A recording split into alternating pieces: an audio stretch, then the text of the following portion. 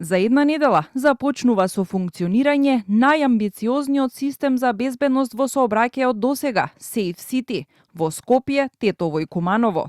Од Министерството за внатрешни работи известуваат дека утре камерите ќе се калибрираат и во овие два града.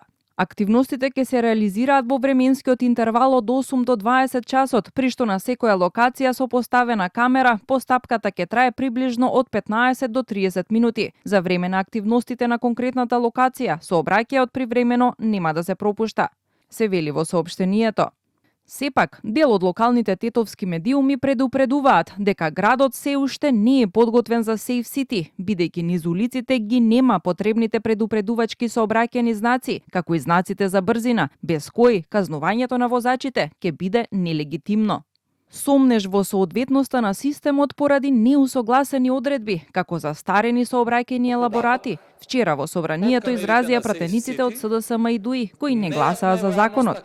Од ВМРО ДПМН пак обвинуваат дека овие две најголеми опозициски партии од македонски и албански блок се здружиле против, како што велат, безбедноста и животите на граѓаните во сообраќајот, а статистиката покажува дека Safe City е корисен. СДС и ДУИ наместо да се надминат себе си и да гласаат за законски измени кои се во корист на граѓаните, одлучија да тераат инает. Првиот ден кога стартуваше, беа регистрирани околу 110.000 прекршоци, а за само 24 часа бројката на сообраќајните прекршоци е намалена за половина. Во декември 2025 година и јануари оваа година, бројката на смртни случаи е намалена од 11 на 2 смртни случаи.